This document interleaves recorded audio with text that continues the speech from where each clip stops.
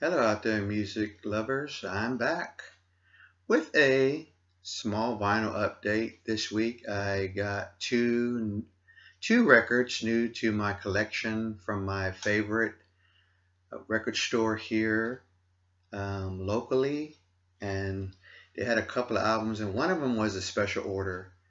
So I hope everyone's doing well out there and being safe.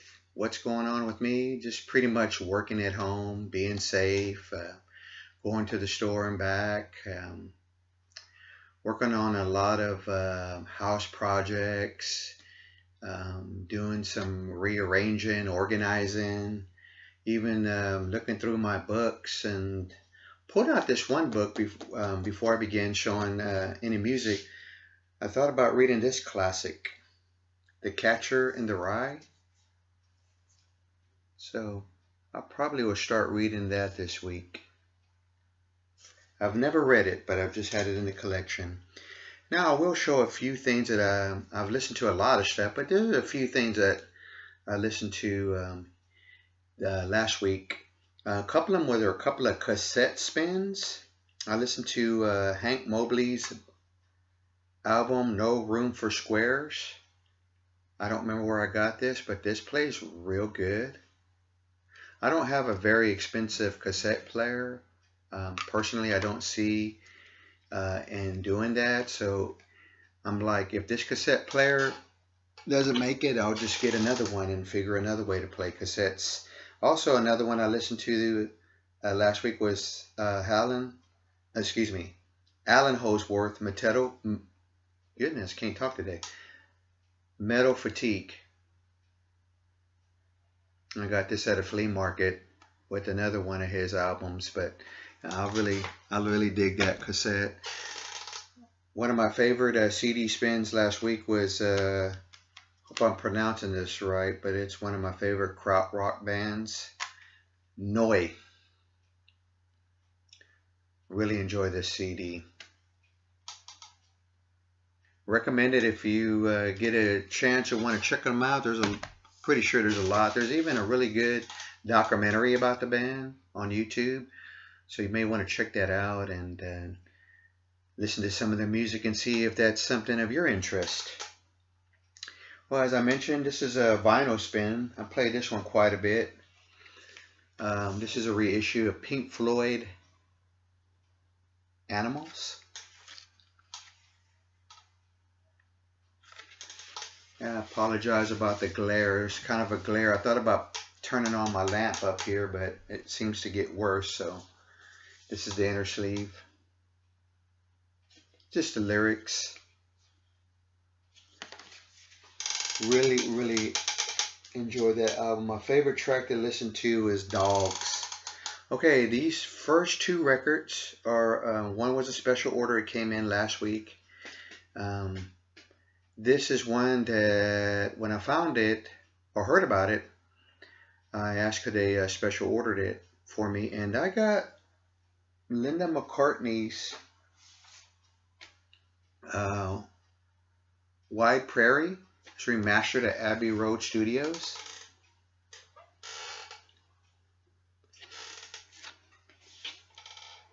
Still has the shrink wrap on there. It is on this limited edition milk blue vinyl, which let me see if I can show that here. It also comes with this really nice poster inside, and I haven't really read it, but I just think it's like the credits.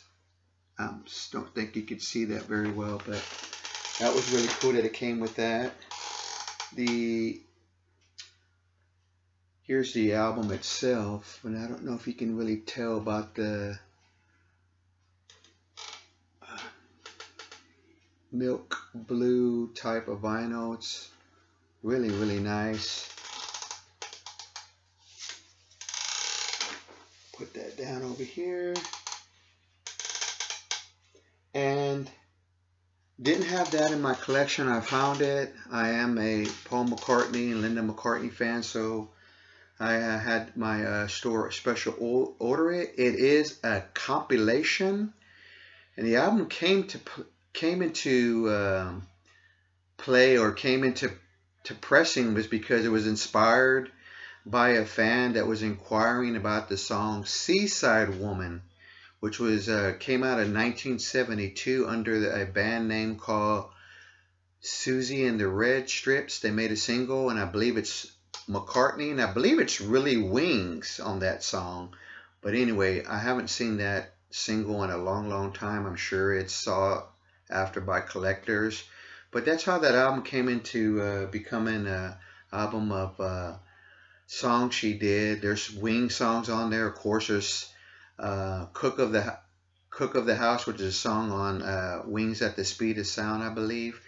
But there's even a song that she did before her passing, which saddened me, because, like I said, I am a big Paul and Linda McCartney and Wings fan. Now, the next album that I did get from my, and I didn't have this in my collection, I got Cheap Trick, All Shook Up.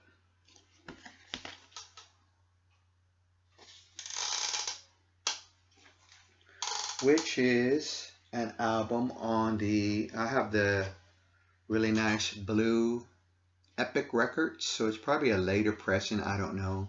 I don't really know much things about that. And it does have this really nice inner sleeve. It's Cheap Trick. It's good rock and roll. I love the album cover. I love the songs on it. And it's an album that bass player Tom Peterson announced at that time that he was leaving the band for, I don't know what the reasons were, but also there's quite a few homages, H-O-M-A-G-E-S, homages to the Beatles, especially the song Stop This Game.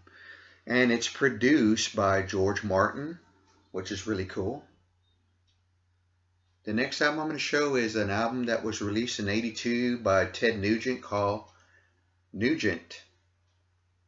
I got these next albums that I'm going to show, some of the albums that I got way, way, way back before everything closed down. But this is his album. It does feature on some of the songs vocalist Derek St. Holmes, who personally I think he's an awesome singer. But this is album that he did in 1982. It's on Atlantic Records. Really cool label in the middle. Didn't have an inner sleeve, so I gave it a new inner sleeve.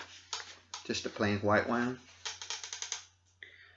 This next one was released 1982. It's John Cougar, American Fool.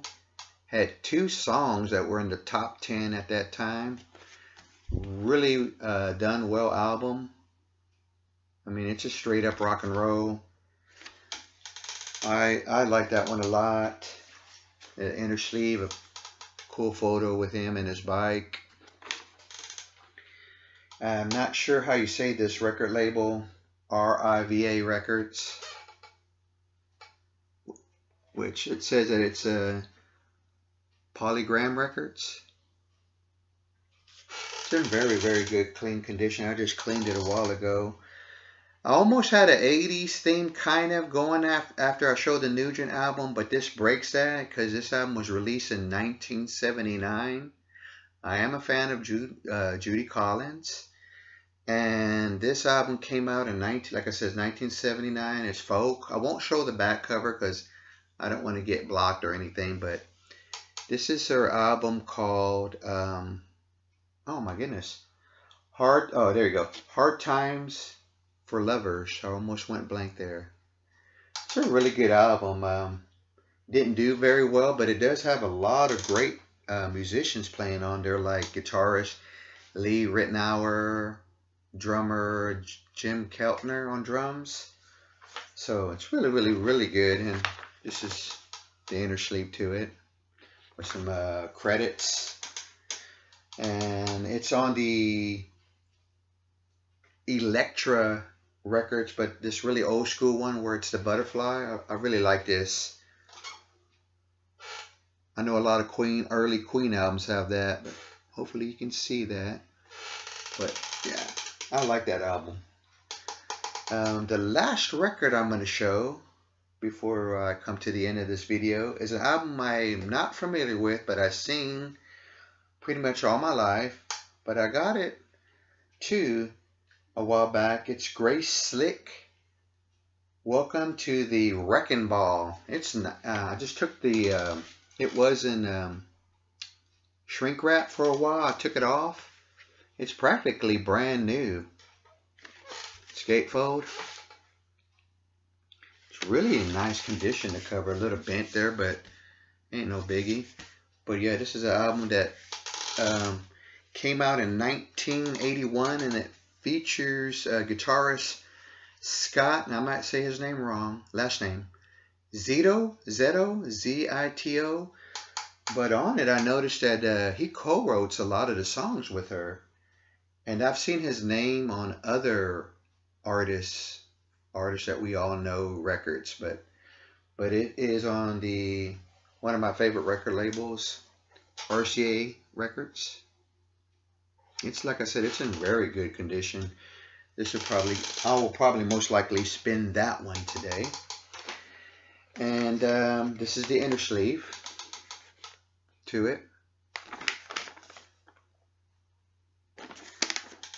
Well, everyone, that's all I have on this vinyl update round. And again, I want to thank everyone who watches my videos, who stops by, makes some comments. Really appreciate that. I hope everyone is doing well out there. And if you like the video content stuff that I do here, if you want to become a subscriber, please do so. If you want to be notified about when I do a new video, you can hit the bell. And if not, all the love to you, and I appreciate you stopping by. I'm not sure what my next video will be. Maybe I'll come across another stack of records that I bought before everything closed down.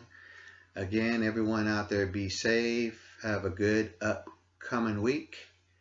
Over and out.